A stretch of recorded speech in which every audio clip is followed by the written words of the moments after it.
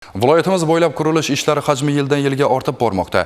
Bu borada qurilish obyektlaridagi sifat me'yorlari juda dolzarb masala. Shundan kelib chiqib, viloyat hududiy qurilish inspeksiyasi tomonidan doimiy nazorat tadbirlari yo'lga qo'yilgan. Galdagi lavhamiz Hazoras tumanidan tayyorlangan.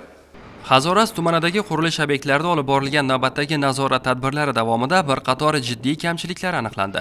Qurilish inspeksiyasi mutaxassislari tomonidan o'tkazilgan o'rganishlar shuni ko'rsatdiki, ayrim pudratchilar loyiha talablari va qurilish me'yorlariga beparvo yondashmoqda. Mutaxassislar tomonidan qurilishning loyiha talablariga mosligi, inshootning mustahkamligi ko'zdan kechirildi. Bu boradagi kamchiliklar uzoq muddatli xizmat qilishiga jiddiy xavf tug'diradi hamda favqulodda holatlarga sabab bo'lishi mumkin.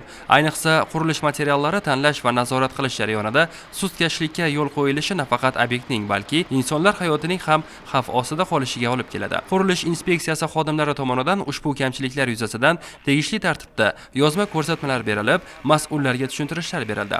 Shuningdek, tumandagi 47-son maktab qurilish obyektida ham hududiy qurilish inspeksiyasi tomonidan o'rganish ishlari olib borildi. Mazkur obyekt qurilishida loyiha talablari va sifat me'yorlariga yetarlicha amal qilinmayotgani aniqlandi. Binoning zilzilabardoshlik darajasini keskin pasaytirayotgan sabablar hamda texnika xavfsizligi qoidalariga rioya qilinishi o'rganildi. Shuningdek, qurilish materiallarining sifati ham nazoratga olindi. Chunki sifatiga e'tibor bermaslik bu nafaqat me'yor buzilishi, balki insonlar xavfsizligiga bevosita tahdid demak. Qurilish inspeksiyasi mutaxassislari tomonidan aniqlangan kamchiliklar yuzasidan mas'ullarga qat'iy ko'rsatmalar berildi va ma'muriy jarima qo'llanildi.